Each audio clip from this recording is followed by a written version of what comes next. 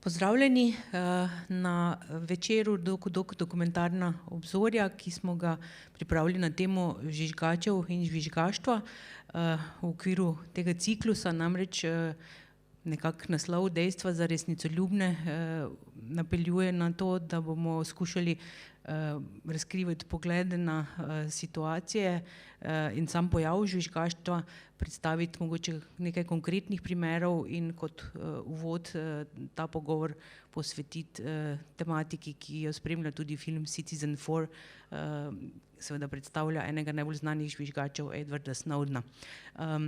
Torej najprej predstavimo današnje goste. Z mano so Andrijana Bergant, Rok Praprotnik, na tej strani Domen Savič in Sebastian Peterka.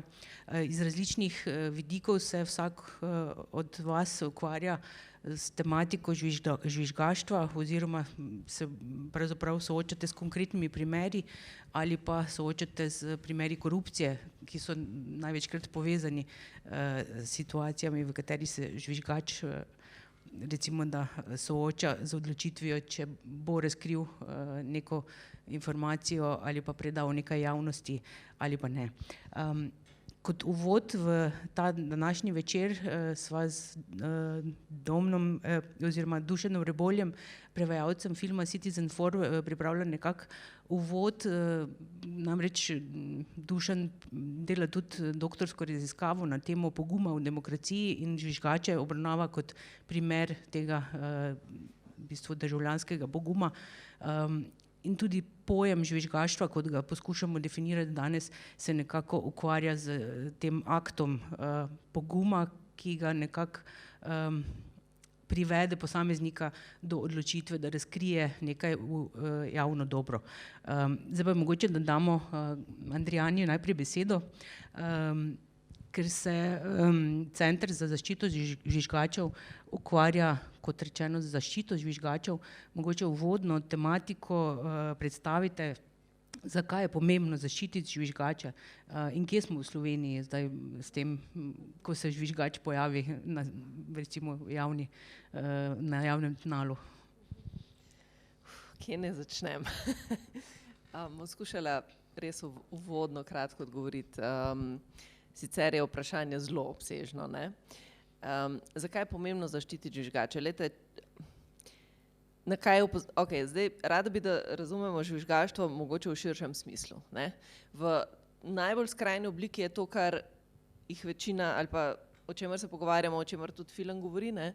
To, ko žvižgač, ko je tako daleč, ko je problematika tako huda, da žvižgač mora se obrniti na javnost. Ampak žvižgači so tudi tisti, ki interno opozarjajo na neke nepravilnosti. Tako da veliko podjetij že ima te interne sisteme vpeljane, in zdaj bo tudi zakon to nalagal, da žvižgača zaščiti že znotraj neke organizacije, kjer opozarja. Ker značilnost za žvižgače je, da želijo vedno znotraj organizacije nekaj rešiti. Vedno pa opozarjajo na nepravilnosti, ki so pomembne za širši krog. Ali v podjetju, ali pa celo za javnost. Zdaj, verjetno se bomo še kasneje pogovarjali, zakaj, ne? Zakaj žvižgači se odločajo. Tukaj imamo mi tudi kar bogate izkušnje, pa veliko različnih pogledov, ampak zakaj je pa pomembno žvižgače zaščititi? Prvič zato, ker je to prav, ker je žvižgaštvo človekova pravica in to je Evropsko sodišče za človekove pravice priznalo, da je res. Drugič pa zaradi tega, ker sicer so žrtev maščevanja, ker tisti, ki je na drugi strani, je zelo velikokrat močnejši, ima več nekih vzvodov oblasti, denarja in tako naprej, ekonomske moči in tega žvižgača zelo hitro zatre. To je zdaj slabo prvič zato, ker potem širši krog, tisti, ki bi morali ukrepati, ali pa tisti, katerih interesi so napadeni, se ne morejo zaščititi, ne? Ker ta žvižg zelo hitro se zaduši. Drugič pa zato, ker to pošilja signal v širše okolje, bodimo tiho. In potem imamo kulturo buljev, kjer so bulji tisti, ki so ta glavni v vrtci, v šolah, potem pa naprej v službi, v politiki in povsod. Pač žvižgači so pa tisti, velikokrat, ko rečejo buljevstvu ne, ali pa pač, ker enostavno ne morejo tega gledati. Tako da Evo, bom zdaj tukaj se ustavila, pa bom pustila, da še kdo drug kaj pove, ker res o tem bi lahko govorila cel večer pa cel teden. Mogoče kar naprej Roku besedo, ja, ker v bistvu malo navezujem na to, predno smo začeli ta pogovor uradno, smo se pogovarjali tudi o tem, kaj sedaj že omogoča slovenska zakonodaja oziroma na kak način v bistvu bi morala ščititi žvižgače, pa mogoče omeniš iz svoje prejšnje službe, iz Komisije za preprečevanje korupcije, situacijo, v kateri ste se soočili prav s tem. Ja, najprej hvala lepa za vabilo v Maribor, moje rojstno mesto, tako da sem zelo z veseljem tukaj. Kar se žvižgačev tiče, mislim, da je pač treba ločiti, da imamo žvižgače, ki prihajajo iz javnega sektorja oziroma imajo informacije, ki se nanašajo na javni sektor, in imamo žvižgače v zasebnem sektorju, rečemo temu v podjetju, ne, lahko tudi privatnem. Zdaj, ko gre za podjetje, načeloma je stvar zelo enostavna. Recimo vsako podjetje ima nekega lastnika, neke lastnike, ima neko poslovodstvo in ima neke zaposlene, ne, ki vodijo določene posle. In zdaj žvižgač v nekem podjetju, recimo, če spregovori o nekem dogajanju, ki škodi podjetju, recimo povzroča škodo, naprimer, da prihaja do upravičene porabe sredstev podjetja, ne. Ja, v interesu lastnikov je, da se to ne dogaja. Se pravi, v interesu podjetja, da se to ne dogaja. Se pravi, je tudi v interesu poslovodstva, da se to ne dogaja. In ta situacija je za moje pojme no-brainer. Torej,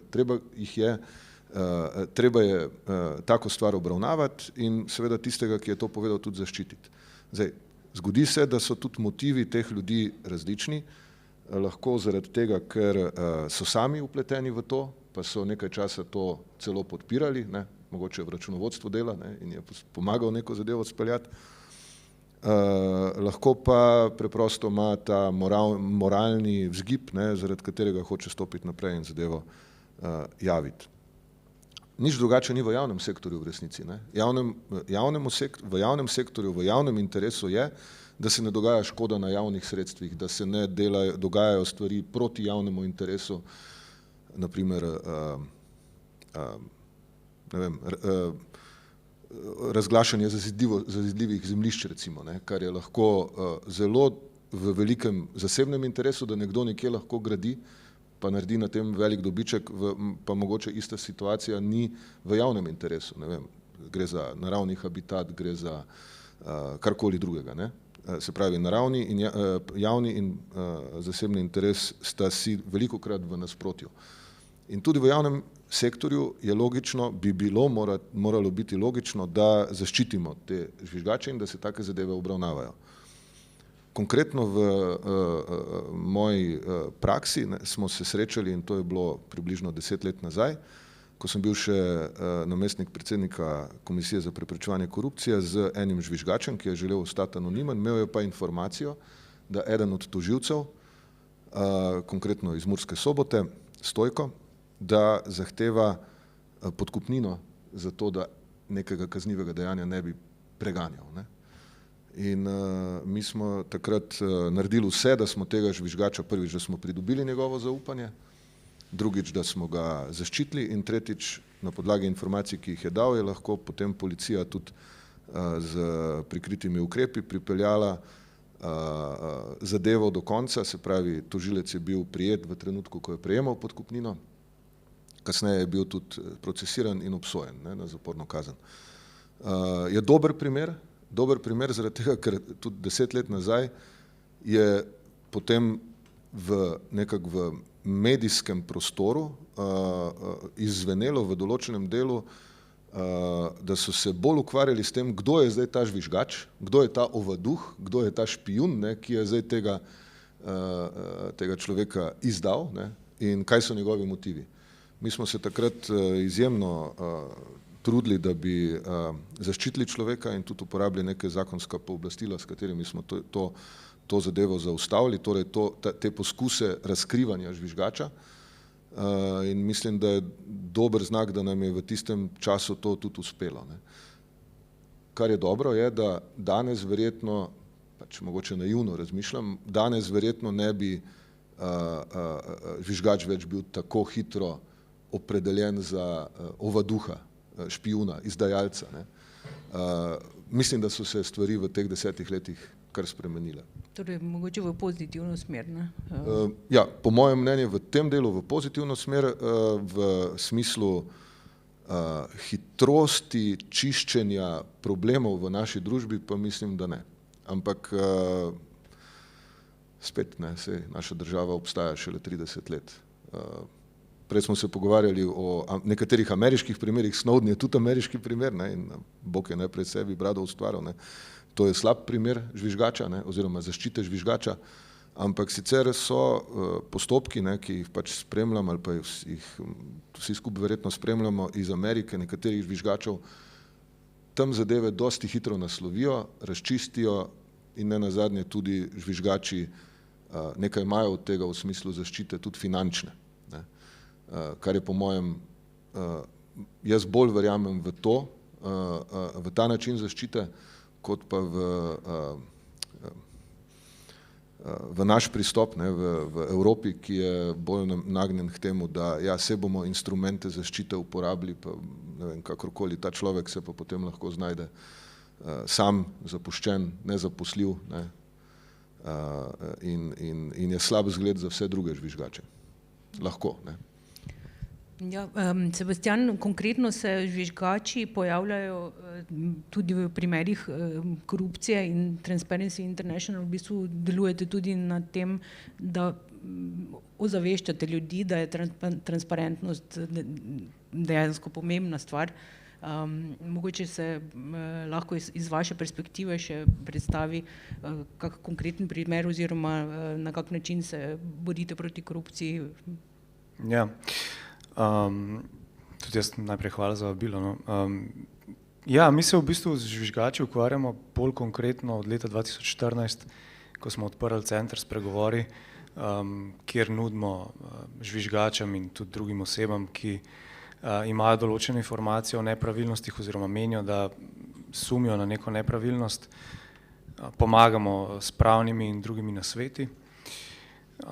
In opažamo, ja, predvsem to pri svojem delu, zdaj se je nabral nekje v teh 8 letih, 7,5, okrog 400 primerov, nekaj čez 400 primerov, ki smo jih v centru obravnavali.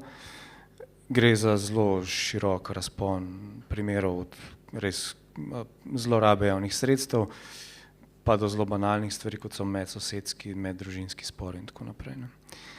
In kar opažamo, res ta pri večini primerov je to, no, da ljudje, ki se na nas obračajo, so res v večini primerov neka slaba praksa, ker so jih ali te notranji sistemi ali pa institucije pustili na cedilu. Hkrati pa opažamo tudi neko zelo nizko mero ali pa stopnjo ozaveščenosti ljudi, se pravi tudi ljudje, s katerimi so bili prej v stiku, ker po večini gre za ljudi, ki se na nas obrnejo zelo na koncu, ne, niso dali pravih informacij tem ljudem, kako pridobivati recimo neke dodatne informacije, recimo prek dostopa do informacij javnega značaja, ne, ker je en tak zelo ustaljen institut načeloma v slovenskem pravnem redu, ne, ZDIS obstaja že 20 pa še nekaj let, ne, ampak ljudje enostavno tega ne vedo, ne, in to je mogoče res neka ta značilnost, ki jo mi vidimo, ne, se pravi, da žvižgači poleg tega poguma, ne, potrebujejo tudi določeno mero informiranosti in to je v bistvu v obeh teh mankih, ne, ki jih opažamo, pomanjkljivost tega sistema oziroma družbe, v kateri živimo na splošno. Mislim, žvižgači, dobra družba bomo takrat, ko za to, da zažvižgaš, ne boš potreboval kupov institucij na svetu, ker bojo informacije lahko dostopne. In hkrati ne boš potreboval velike mere poguma, ker ne boš rabo iti preko nekih teh družbenih ovir, ki žvižgače trenutno čakajo, ne. Se pravi povračilni ukrepi znotraj organizacij, nerazumevanje na strani institucij in tako naprej. Domen, mogoče še z druge strani lahko pogledamo na ta pojav kot novinar in tudi kot v bistvu neke vrste agitator državljanskega poguma ali pa povezano pač tudi z tem, da je potrebno ozaveščati o vlogi in pomenu medijev tudi v situaciji, v kateri se recimo žvižgač obrača na javnost. Mogoče še ti predstaviš svoje izkušnje in svoj pogled. Ko sva se vozila s Sebastianom v Maribor, sva imela v bistvu eno debato, pa tudi že prej, no, kaj bo kdo povedal, pa bom probal biti jaz ena opozicija, da ne bomo vsi trije oziroma vsi štirje v isti rok trobali. Meni se zdi v bistvu velika nevarnost, bom rekel, normalizirati oziroma sistematizirati žvižgaštvo. Predvsem zaradi tega, ker se mi zdi, da smo ljudje, pa sploh mediji, v tej, da ji rečem, družbi spektakla zelo navajeni, da takoj, ko prepoznamo, da je določena inštitucija ali pa da je določen akter, da rečem, kar zadolžen za razkrivanje določenih nepravilnosti, pol mi kot državljani ali pa potrošniki, ampak predvsem državljani, v bistvu rečemo, ok, nam se s tem ni treba ukvarjati. Jaz pri svojem delu znotraj Zavoda Državljan D, pa tudi prej kot recimo da novinar, sem zmeri skušal v bistvu zadeve voditi oziroma se do zadev opredeljevati znotraj nekih sistemskih funkcij. Se pravi, zelo malokrat je bila situacija, ko smo delali recimo določene primere, pa oglaševalske pogodbe, sistemi za biometričen nadzor, ostale zadeve, zelo malokrat smo šli po liniji, da smo recimo od nekoga znotraj neke organizacije, recimo v teoriji bi mu lahko rekli žvižgač, da smo dobili neke dokumente ali pa dostop do nekih informacij, ki bi bile drugače splošni javnosti ali pa določenim okrogu ljudi nedostopne. Ampak smo šli v bistvu, ok, imamo, Sebastian ga je že omenil,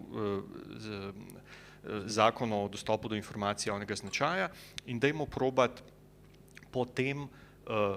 s tem postopkom v bistvu videti, kako dobro se teorija ujema s prakso. Ne, se pravi, v teoriji lahko narediš to, pa to, pa to, pa to, pa to, zdaj pa da vidimo, kaj se zgodi, ko to teorijo dejansko preizkusiš v praksi. In potem naknadno, ne, kaj se zgodi, ko recimo določene ugotovljene nepravilnosti, do katerih si prišel z zahtevki do dostopov do informacij javnega značaja, prijaviš na relevantne inštance, kako se pač te inštance odzovejo. In tukaj v bistvu videvam, pač iz teh primerov, ki sem jih že prej omenil, velik razkorak med tem, kaj naj bi se dogajalo, pa kaj se dejansko dogaja. In jaz mislim, da se veliko preveč, malo bom radikalen, veliko preveč se ukvarjamo s tem, da rečem, teoretskim okvirom, znotraj katerega imamo vse super urejeno oziroma znotraj katerega se in na nivoju neodvisnih ali pa kvazi neodvisnih inštitucij in na nivoju v bistvu teh korelacij med javnostjo, neodvisnimi inštitucijami in potem vlado / parlamentom, da imamo te relacije urejene na papirju, v primerjavi s tem, kaj se potem dejansko zgodi, ko dejansko hočeš sprovesti oziroma ko dejansko naletiš na nek primer nekih nepravilnosti ali v javnem, jaz se bolj z javnim ukvarjam, ampak tudi v zasebnem sektorju, pri katerem smo recimo zdaj v času pred volitvami, se izkaže, pa to je mogoče spet malo radikalna teza, da se določene zadeve jemljejo kot, jaz bom temu rekel, politični kapital med opozicijo in koalicijo in kjer se določene nepravilnosti, da rečem, hrani ali pa meče na mizo takrat, ko ustreza to določeni interesni skupini, ne pa takrat, ko nekdo iz javnosti ali pa iz recimo nekih strokovnih neodvisnih krogov opozori na nje. In to se mi zdi pač tega ne moreš rešiti s teorijo, oziroma ti se načeloma lahko ukvarjaš s teorijo, pa v bistvu izvajaš oziroma pišeš neko zakonsko podlago za določene primere, ampak v praksi v bistvu naletiš vedno znova na da rečem, variacijo primera TEŠ 6, kjer v bistvu potem na koncu ne veš več, kdo je dober, kdo je slab, veš v bistvu samo to, da so se določene interesne skupine v določenem okviru oziroma v določenem času obrnile tako, da so pač vsi dobili nekaj iz, recimo temu, javnega fundusa. In tega, kot že rečeno, takih primerov take primere zelo težko reguliraš skozi neke pravne okvire, regulirati jih moraš v bistvu s prakso, pa ne s prakso sankcij oziroma ne s prakso dejanskega sankcioniranja, ampak s preventivo, se pravi, da do takih primerov sploh ne pride. Se pravi, da kultiviraš v bistvu državljansko dolžnost, da kultiviraš to, da se v bistvu ljudje prijavljajo na, recimo temu, nadzorne ali pa na neke funkcije, kjer lahko javnost kandidira, in da potem, ko so enkrat del teh funkcij, da pač to funkcijo jemljajo resno in dejansko delajo tisto, za kar jih na vse zadnje kot javnost tudi plačujemo. Pika. Andrijana, zakaj je potreben zdaj nov zakon oziroma po kateri logiki se bo zdaj mogoče to spremenilo, če sprejmemo tak zakon, ki bi zaščitil žvižgača? Vrnila bi se nazaj k temu, kar sem prej rekla, da bi želela, da razumemo žvižgaštvo širše, izven teh primerov, o katerih beremo v časopisu in tako naprej. Naprimer, tale center za zaščito žvižgačev, ko smo ustanovili. Sicer naš inštitut za skladnost in etiko smo skupaj z Ivanom Galetom, ki je najbolj znan slovenski žvižgač, recimo naše generacije mogoče, ampak dobili smo pa primere od ljudi, ki so čisto iz vsak dana, ki so tako kot mi, ki so pač v službi in se jim je tam nekaj zgodilo.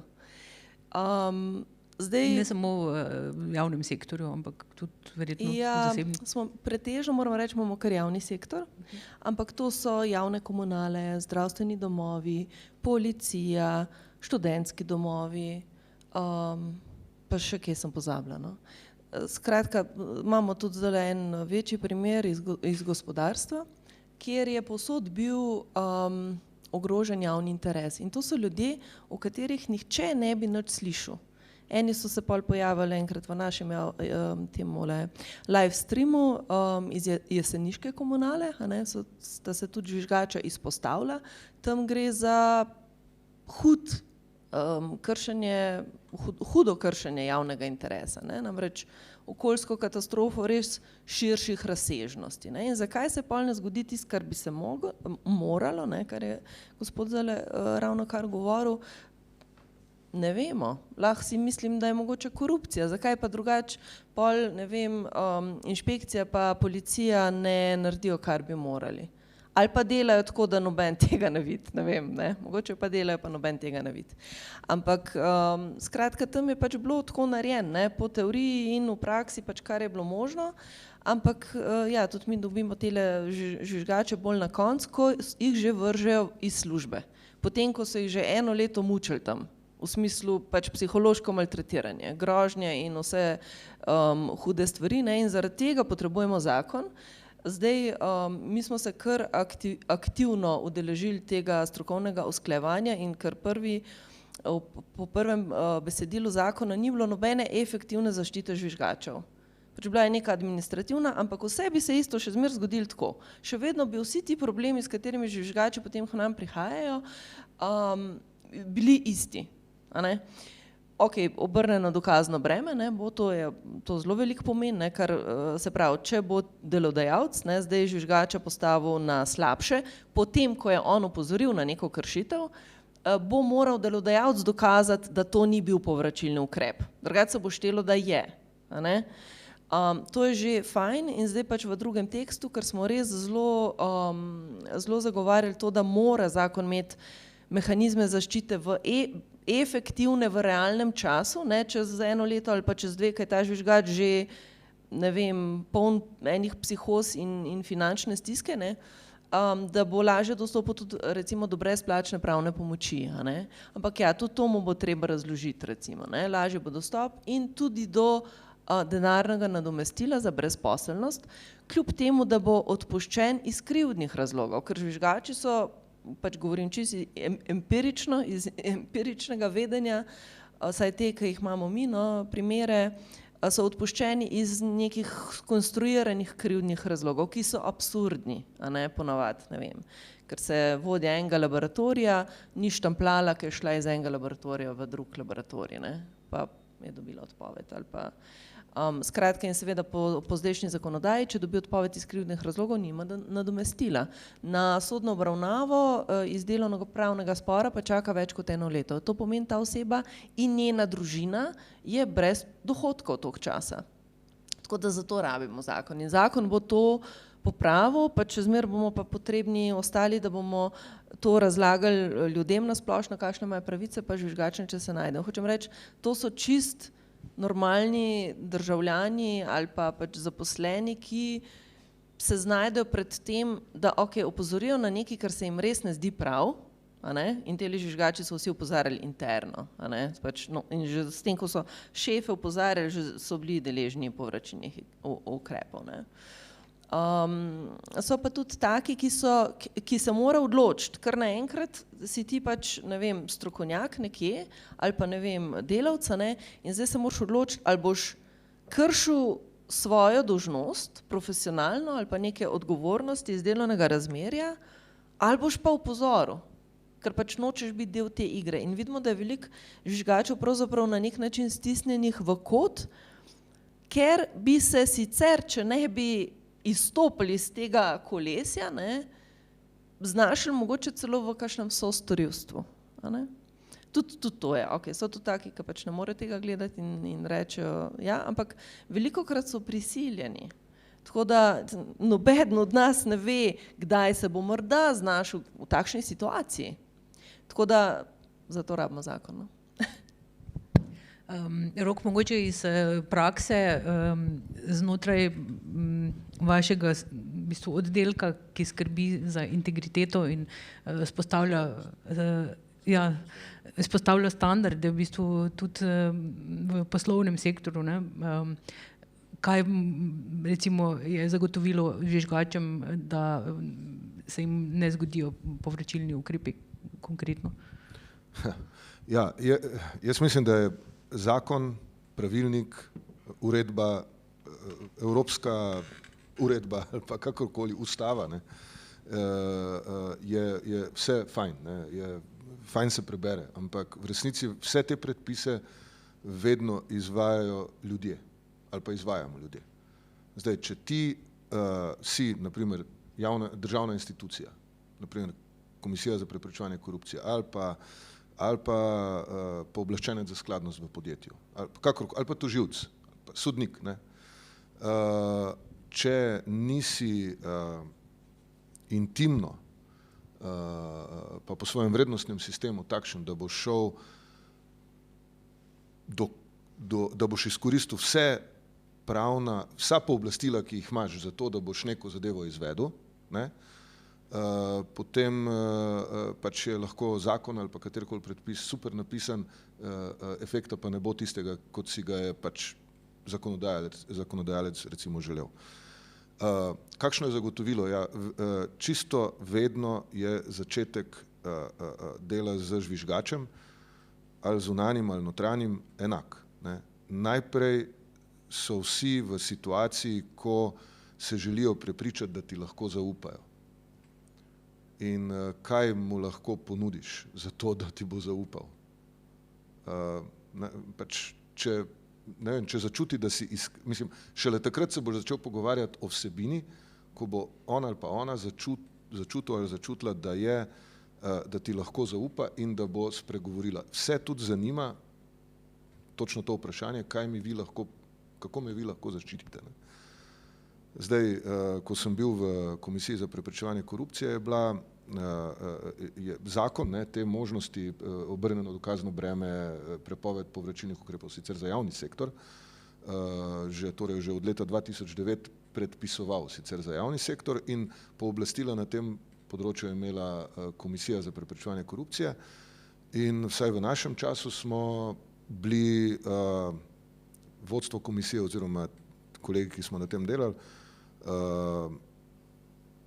radikalno zavezani k temu, da to pač vedno naredimo. Ne. Se pravi, da gremo to the full extent of the law. Ne. V podjetjih je pa zelo podobno. Ne. Naprimer, če govorimo o bančnem sektorju, od leta 2015, se mi zdi, zakon o bančništvu pač zahteva od bank, da imajo vzpostavljene mehanizme in kanale za interno sporočanje nepravilnosti. Ne. Ni pa posebnih določb bilo takrat okoli tega, kako naj se to obravnava oziroma kakšne mehanizme je treba razviti in tako dalje. Tako da konkretno mi smo zadevo rešili z notranjimi pravili, ki dajejo konkretno naši službi pristojnosti za to, da lahko recimo žvižgača, če je potrebno, pač ohranimo njegovo anonimnost, da ga lahko v nekem trenutku umaknemo iz okolja, ki je za njega recimo škodljivo, ali pa umaknemo nekoga drugega, ki bi lahko počel neke stvari, ki bi ogrožale žvižgača. In ne nazadnje, kadar gre za kakšno takšno zadevo, ki bi imela materialne implikacije, ne, torej veliko škodo, recimo, ki jo pomaga žvižgač preprečiti, ali kaj podobnega, lahko tega žvižgača tudi nagradimo. Se pravi, imamo v notranjem pravnem okolju razvite mehanizme in metode za to zaščito, ampak bolj bistveno je, kako resno to jemljemo in kako resno smo pripravljeni to izvajati. In moram reči, da kolegi, za katerimi delam, ne, smo vsi na istem imenovalcu, kar se tega tiče. In to je tudi en poseben blagoslov, da imaš takšno ekipo, ki je po tem vrednostnem sistemu recimo kompatibilna. Ne. Ja, verjetno se podpirate med sabo, ne, da se potem to ozaveščanje tudi širi izven samo vašega oddelka. No. Ja, zdaj verjetno, da se o tem tudi kdo kje pogovarja, ne, kakšen primer, ki je primer dobre prakse, se verjetno o njem razve, tudi v primeru slabe prakse bi se razvedlo verjetno, ne. In tu je pol tisti problem. Se pravi, ti lahko nekaj gradiš, ampak boš to zelo dolgo gradil, zelo hitro boš pa porušil za kakšno napačno potezo, ki bo zbila tvojo kredibilnost, ne, pa zaupanje.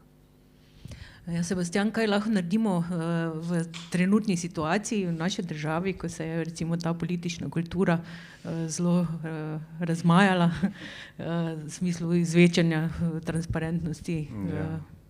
To je vprašanje za mogoče ne milijon, ampak milijardo dolarjev. Ne.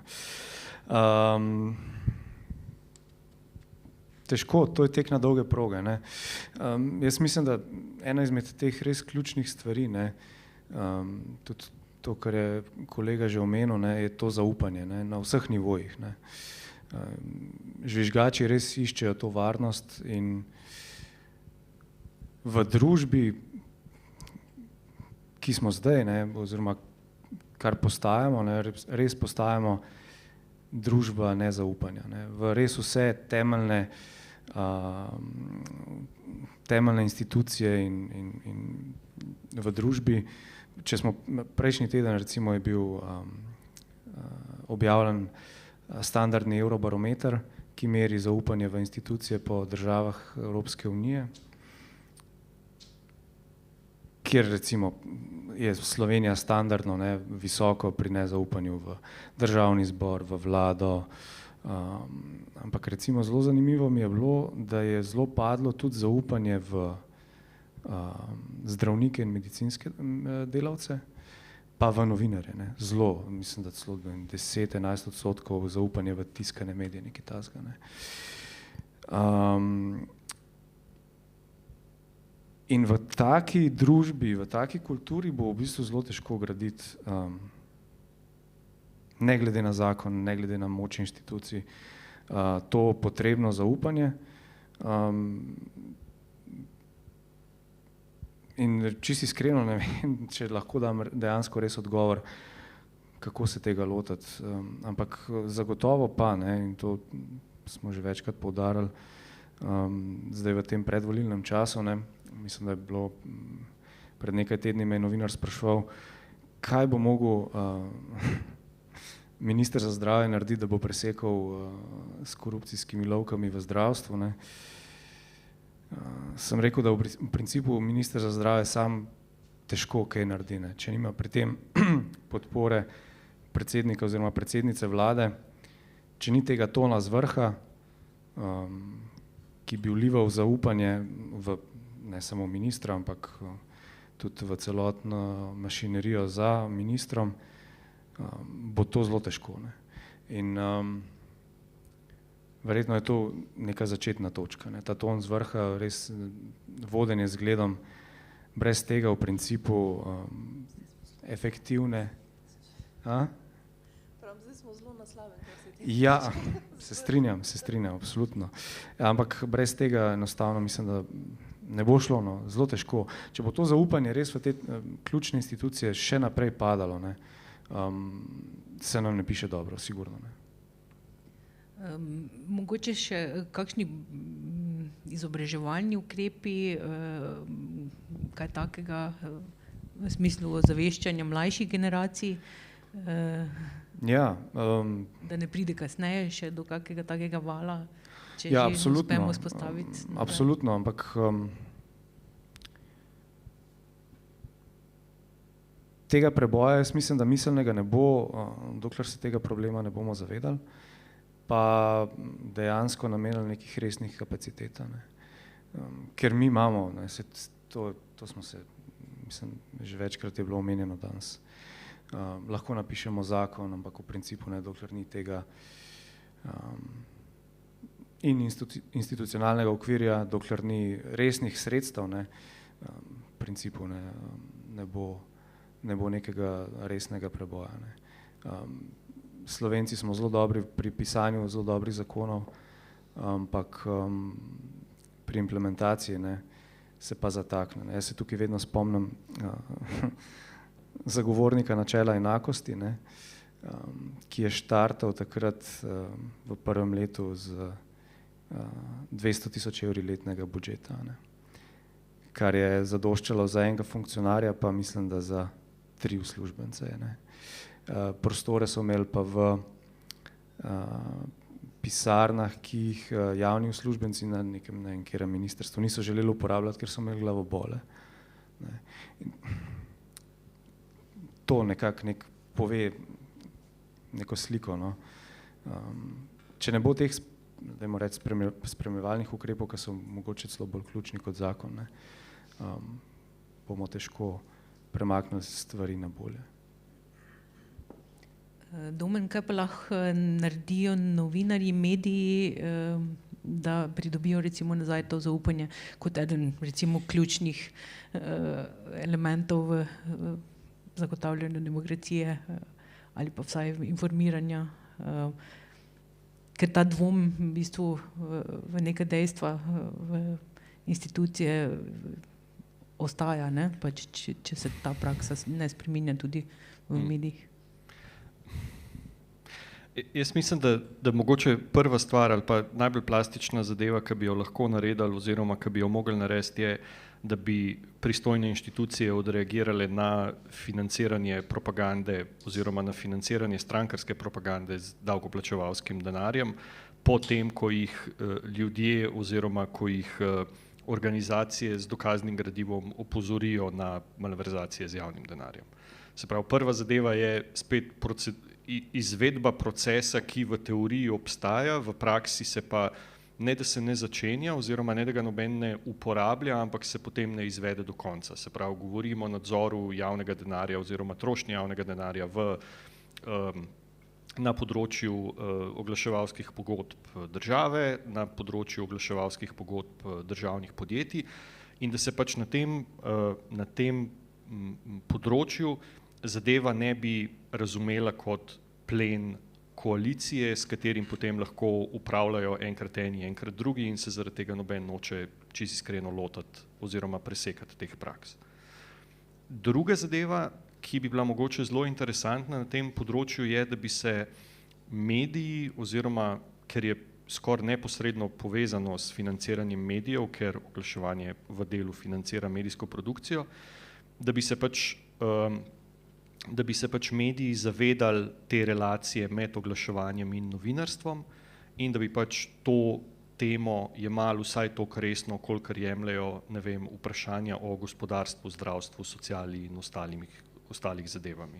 Recimo konkretno v času, hvala Bogu, da jo je konec predvolilne kampanje letošnje, smo mogoče slišali 3 vprašanja o pač področju malverzacij z javnim denarjem na področju oglaševanja države, ki po uradnih podatkih obsega 8 milijonov evrov davkoplačevanskega denarja vsako leto. Se pravi, efektiva ene vlade, če zdrži cel mandat, je 24 milijonov evrov, ki gre v delu tudi za financiranje propagande. Končno je pa po moje tudi, ne vem, apel oziroma se mi zdi, da je največje delo lahko naredimo takrat, ko se pač zavedamo oziroma ko začnemo res glasno in jasno opozarjati, da imamo v bistvu državo samo na papirju, ne pa v praksi. In da nam nič od teh papirnatih zmajev oziroma tigrov ne pomaga, če se pač te zadeve ne izvajajo v praksi. Kar lahko vidimo, da recimo konkretno zdaj govorimo sicer o vladi, ki je zdaj na poziciji, ampak ta vlada v zelo velikem številu primerov uporablja ali pa bom rekel zlorablja mehanizme, ki so bili tam že od začetka oziroma ki so bili tam pred njenim uradnim nastopom. In imamo hkrati situacijo, v kateri imamo in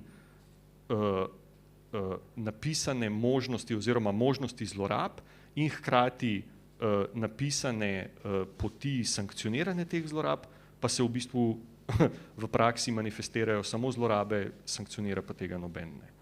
Tako da tle je zdaj en tak diapazon tega, kaj lahko naredimo, kaj bi mogli narediti in kaj bi se itak moglo že dogajati, brez tega, da kdorkoli karkoli naredi. Zdaj pa tisti, ki poslušajo in so na pozicijah, da nekaj glede tega lahko naredijo, izvolite, zberite pa nekaj naredite. Ja, Andrijana, še k tebi. Torej, kaj se zgodi potem, ko recimo steče ta postopek, žvižgač se znajde ali brez službe, vi poskrbite za zaščito, kaj potem sledi? Torej, ti primeri, ali pride do nekih učinkov, ali se odpravijo te motnje v sistemu oziroma napake, na katere so opozarjali. Sledite mogoče temu post festum momentu? Mal sledimo, ja.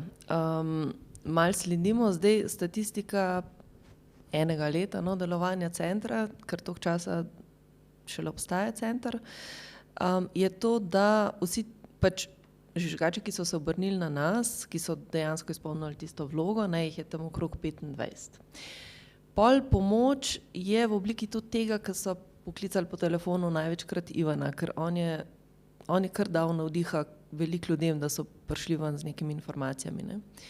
In so se pol že kar tukaj dosti zmenili v smislu usmerjanja. Nekdo, ki je pač Ivan Galej verjetno uporabil vse možne vzvode, ki jih pač tudi kot pravnik jih je zelo dobro naštudiral.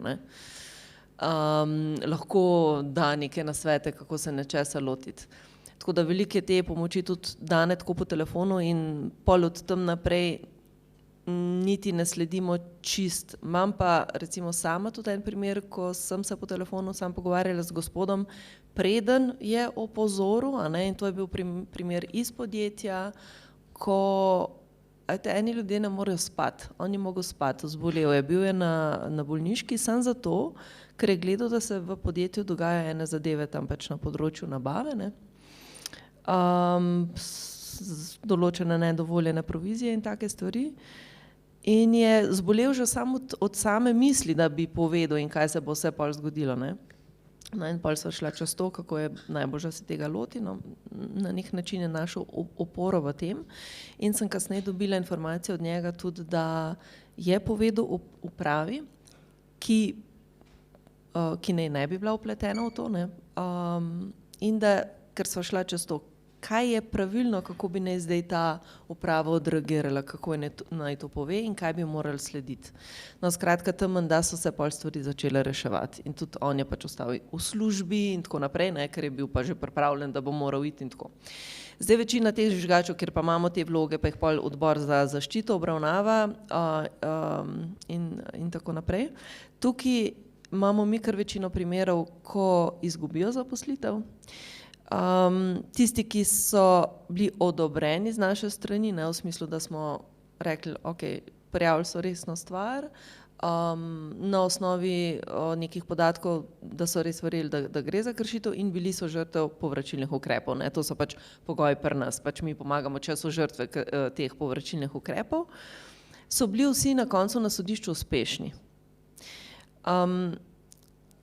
Problem je, ker so čakali toliko časa, ker se je njim vmes že ta vsa škoda dogajala in ena gospa, na primer, ona je dobila nazaj, pač za njo konkretno vem, vse tiste plače, ampak je denar že ves razstalan, ne, na nek način, zaradi tega, ker se je morala vmes zadolžiti, pač ima šoloobvezne otroke, ima neko še kronično zdravstveno stanje, ki se je tudi poslabšalo vmes in je pač zdaj to uporabila, da povrne te dolgove. Še vedno pa nima zaposlitve. Se pravi, in še vedno so tisti vodje, ki so kršili, ne, konkretno se je šlo za domnevno okoljski kriminal, so še vedno tam in še vedno se nič ne zgodi. Tako da, kakšni takšni večji primeri, tudi zdravstveni dom, tam je tudi to sporno vodstvo še tam, tako da v glavnem ni teh epilogov, ki bi si jih želeli. Zdaj, mi smo si dali nekako od oktobra naprej smo zastavili en večji projekt, v okviru katerega bi šli tudi delno v to aktivacijo, ne. Zdaj, pogovarjali smo se o tem, ok, imamo zakone na papirju, ne, so pravice na papirju. Ne zgodi se v praksi to, kar piše. Zdaj, mi vsi smo tisti, ki moramo to sprožati. Ker če ne bomo, pa se tudi naprej ne bo nič zgodilo. Zdaj, če se zakon zlorablja aktivno strani tistih, ki imajo funkcije pa oblast, ok, ampak če nekdo prekrši nam pravico, če bomo naprej rekli, saj to ne funkcionira, pol noben se ne bo z nas boril. Jaz velikokrat vam res povem, vidim, da ljudje pridejo do pravice. Pač pri nas je tako, da se moraš za njo zelo boriti. Zelo, zelo boriti. Ampak prideš do nje. Tako da ni idealno, no, mogoče prej, še ko sem poslušala kolege, ne vam še nekaj povem. Zdaj se pogovarjam z kolegi iz regije Zahodnega Balkana, ker bomo organizirali en regijski posvet za področje skladnosti in eno od tem bo tudi zaščita žvižgačev. In sem bila zadnjič na zvezi s kolegama iz Srbije pa iz Bosne. In oni meni rečejo, a pa so že kakšnega aretirali žvižgača. Ne, pač se spomnimo Gale, recimo visok profil, kjer je res se dotaknil interesov zelo visokih. Imel je obisk policije na domu, ne, mi smo imeli na centru še eno žvižgačko visokega profila, ki je tudi imela obisk na domu. Ne. To so take grožnje, ne, ki jih oblast uporablja, da te utiša. Ampak dejansko, k sreči, ne, zdaj lahko rečem, niso bili aretirani. In so mi rekli kolegi, vi ste preveč civilizirani, sploh nimate problemov, pa žvižgači, če niso nobenega aretirali, ne, tako cinično. Ampak očitno lahko še pridemo do tja. Ja, upajmo, da ne. Zdaj, če bomo šli v tej smeri, lahko pridemo res do tja, ne. Če se bo ta oblast, no, bom kar rekla, ki zlorablja različne mehanizme, nadaljevala, lahko pridemo do tja, ko bo dobila dovolj tega zaleta in samozavesti. Ampak v naši družbi je še vseeno veliko zdravega. In tudi, pač bom spet uporabila Ivana Galeta za primer, ne, on je sprožil ogromno postopkov in povsod je prišel do konca. v pozitivnem smislu. Veliko je mogel imeti odvetnikov, ne, ki so se javljali, da so za njega delali pro bono, hvala Bogu, zelo ampak so prišli do konca. Ne. Tako da je še toliko zdravega, da se splača uporabiti to, kar imamo. No. Pa seveda težiti k temu, da se tudi ta glas z vrha izboljša. Rok, mogoče še k tebi to vprašanje, kaj motivira žvižgača, torej, oziroma z druge strani, kdaj se splača žvižgaštvo. Mogoče ravno na to napeljem. Ja, pač jaz lahko govorim o tistem, kar sem sam doživel, ne? Se pravi, kar sem sam videl v smislu odnosov z ljudmi, ki so stopili naprej. Ne? Mislim, da tako generalno bi lahko rekel dve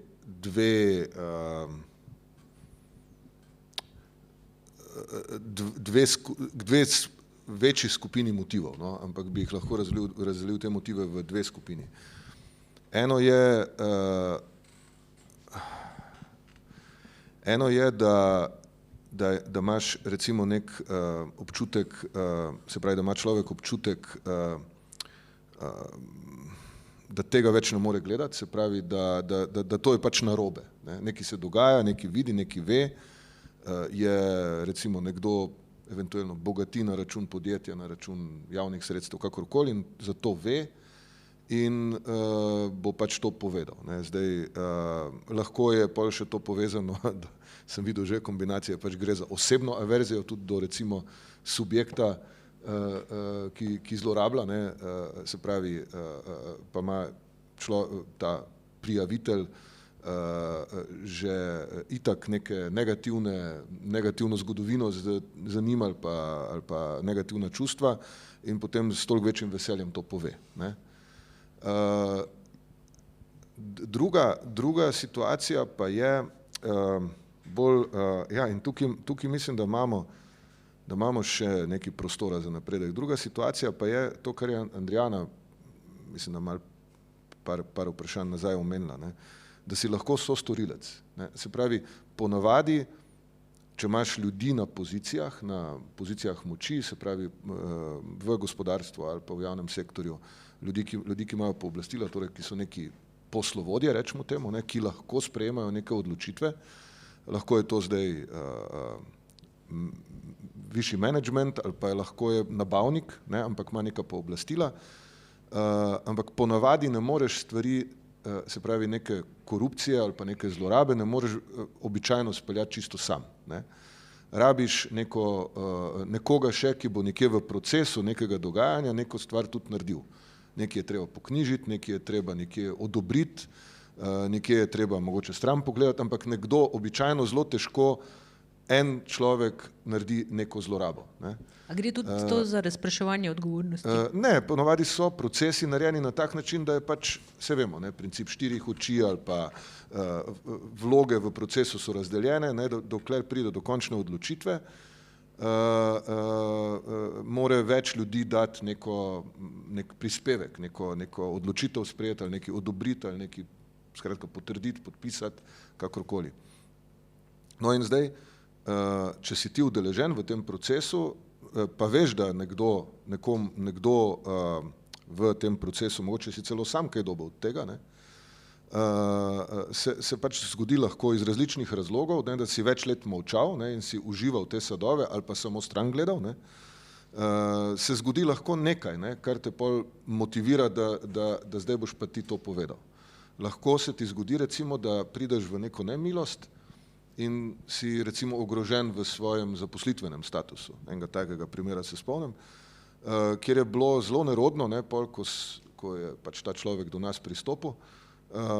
Ja, ne, imam informacije, ki so že, ne vem, stare 5-6 let, ampak ne, on je bil, ne, zraven, ne.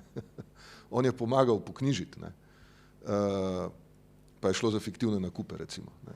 In zdaj, meni se zdi, tu imaš kar neko moralno dilemo, kaj zdaj narediti. Ne. Imaš sostorilca, zdaj na eni točki se je odločil, da bo razkril, ampak pri korupciji je ponavadi tako. Ne. Ta ostane skrita. Ne. Torej, potem gre pač za tehtanje, kaj je pomembnejše. A je človek, ki je pomagal neko nezakonito ali pa nedovoljeno stvar facilitirati, ne? A je zdaj to, da on to zdaj pove, dejansko nekaj, s čemer se boš ukvarjal, da je on zdaj problem, ali hočeš pač to prakso, ki se še vedno odvija, recimo prekiniti. Ne? Če gledam iz vidika javnega interesa ali pa z vidika recimo gospodarske družbe, je najbolj pomembno, da neko zadevo, ki povzroča škodo, ne, to je korupcija ali pa kaj podobnega, da jo prekineš na neki točki. Zdaj, kako si prišel do te informacije, na koncu koncev čisto nerelevantno. Zdaj, kako boš obravnaval tega žvižgača, ki je mogoče bil soudeležen, no tu pa stopi tista modrost na sceno. Ne. Zelo težko se je odločiti, kaj je bolj prav. Ne. Zato je tukaj potrebna, rečemo temu, da more več pametnih ljudi se malo pogovoriti o tem, kaj narediti. Ne. Tudi, če gre za kazniva dejanja, ne nazadnje, tudi tožilec se mora odločiti. A bo preganjal recimo tega, ki je dejansko neko informacijo dal, pa je s svojimi preteklimi ravnanji storil, ali ga bo obravnaval kot skesanca in ne. Skratka, te motivi so, to je bilo vprašanje, ne, te motivi so dost pričakovani. No. Recimo, ko vidiš nekaj primerov, običajno nisi presenečen več. Nekaj iz tega konteksta se je zgodilo. Ne. Mogoče, če bi omenil, ker si ravno Srbijo omenila, ne, prejle. Srbija ima že kar nekaj let, da je ta zakon o zaščiti uzbunjivača, ne, uzbunjivača, kako se naglasi prav. Pa poznam primere, ne, zdaj sigurno ni vse idealno, ampak recimo poznam primere, kjer so ljudje v podjetju, človek recimo v podjetju dobil učinkovito varstvo v trenutku, ko se je odločil, recimo, ampak se je mogel pripraviti, je imel dober nasvet, se je odločil sporočiti, zažvižgati, ne, znotraj podjetja in nemudoma šel na sodišče z predlogom za začasno odredbo za zaščito. In recimo, ne, v tem konkretnem primeru sodišče podelilo za začasno odredbo neke vrste status prijavitelja in izrecno podjetju prepovedalo kakršnokoli ravnanje v škodo, ne, tudi v smislu definirali so not, ne vem, ne sme biti slabše plačano delovno mesto predstavljen, ne sme biti odpuščen. Skratka, ne, zadeva je v tem smislu v zakonu, zakon daje pač to podlago in tudi v praksi učinkovita. Daleč od tega, da bi si predstavljal, da je pa v vseh primerih to popolnoma. Ampak primer, ki ga poznam, ja, in to je po moje, tu je ta magija, ne, da človek dejansko pozna svoje pravice, pozna možnosti, ki jih omogoča zakonodaja in jih pol tudi uporabi.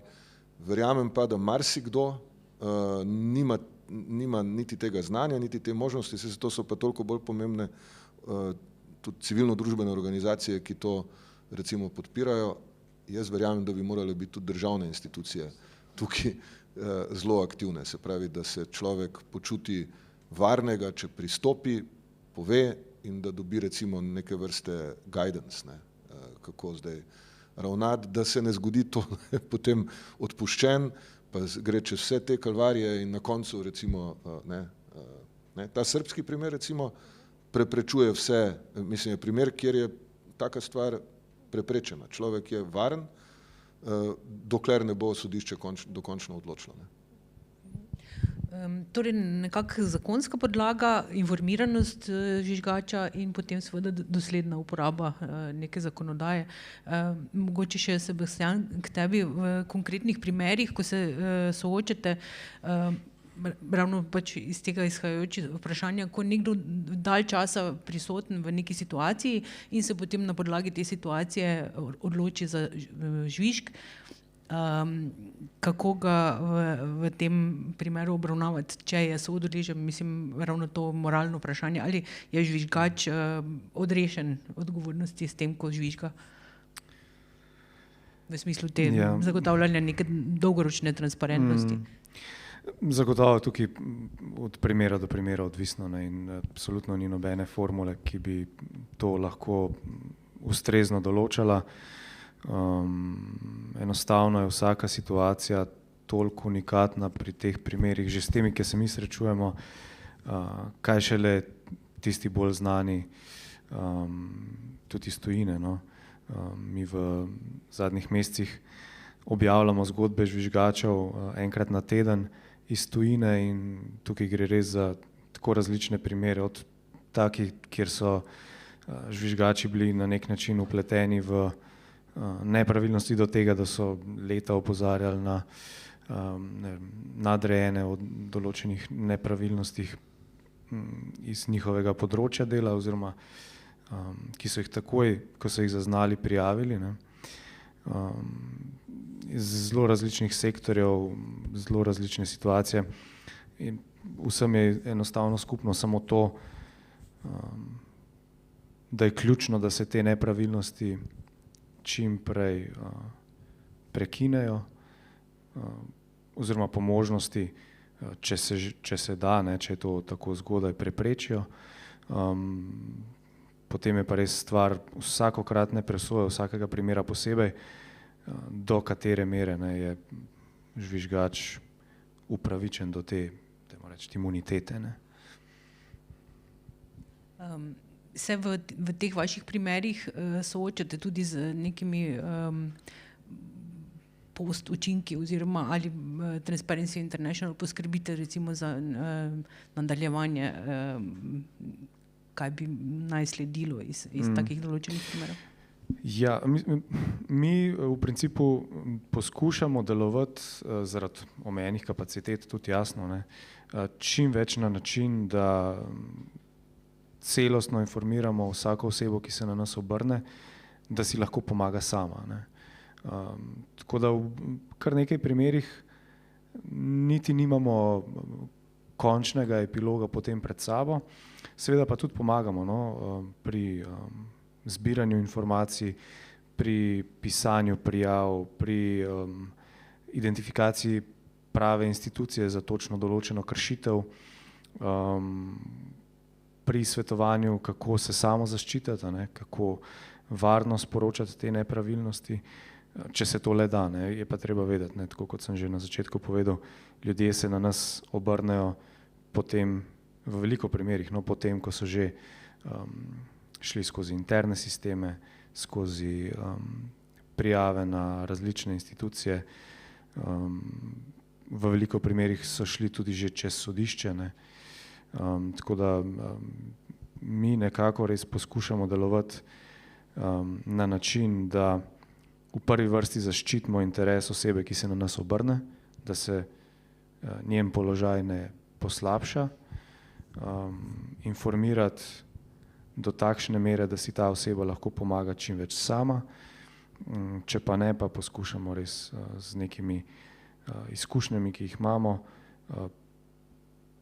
poiskati to pravo pot za ta posamezen primer, da bo kar se da prišlo do nekega ugodnega zaključka in za to osebo in konec koncev tudi, dajmo reči, za javni interes.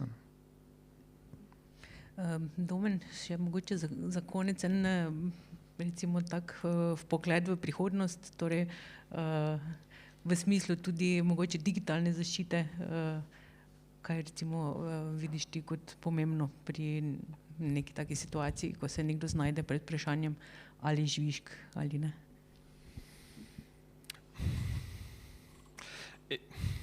Jaz bi tako na splošno bi rekel, da se je treba ukvarjati oziroma da se je treba usmeriti k čim boljšim sistemskim rešitvam zaščite tako žvižgačev kot recimo njihovih komunikacijskih poti oziroma vseh zadev, ki pritičejo temu žvižganju. Predvsem zaradi tega, ker v trenutku, ko bomo, da rečem, komercializirali zasebnost oziroma zasebnost komunikacije ali pa varnost komunikacije, se bomo zelo hitro znašli v situaciji ali pa se bomo lahko zelo hitro znašli v situaciji, ko bomo v bistvu žrtev, da rečem temu, pač ene ali druge ali pa ene in druge industrije. In to se danes že dogaja na področju industrije vohunske opreme oziroma tako imenovanega spywarea, kjer se na določenih koncih, dajmo reči v Izraelu, ki je pač v vrhu vohunske oziroma spyware industrije v globalnem pomenu, ampak načeloma imamo iste simptome oziroma ista podjetja tudi v Ameriki, tudi do določene mere v Evropski uniji, sploh na Kitajskem. Dogajajo situacije, kjer v bistvu podjetja hkrati razvijajo, da rečem, napadalne sisteme, se pravi sisteme za invazijo v zasebnost oziroma za vohunjenje za podatki, in na drugi strani ponujajo zaščito pred temi istimi sistemi. Se pravi, si v določenem momentu hkrati lahko žrtev in napadalec oziroma, kot že rečeno, dobiš na istem naslovu nož in, karikiram, obveze za ubodne rane. In tukaj je nujno, pač, oziroma je edina rešitev to, da presekamo s to, da rečem, s to družbo spektakla tako na nivoju žvižgačev, kot na nivoju medijske reprezentacije žvižgačev, kot na nivoju sistematizacije vloge žvižgačev, in da se v bistvu vrnemo na sistemske varovalke, ki v bistvu delujejo v večini primerov preventivno oziroma ki delujejo na način, da do žvižgačev sploh ne pride, ker se vse ali pa ker se večina kršitev v sistemih, bodisi javnega ali pa zasebnega sektorja, rešujejo sproti oziroma po neki preventivni logiki, s spoštovanjem zakonodaje oziroma z efektivnim sankcioniranjem kršenja zakonodaje. Vse ostalo je večji ali manjši Teksas oziroma večji ali manjši divji zahod, kjer se na koncu potem znajdeš v vlogi vprašanja, kdo ima zdaj večjo pištolo oziroma kdo lahko hitreje strelja. In to ni dobro.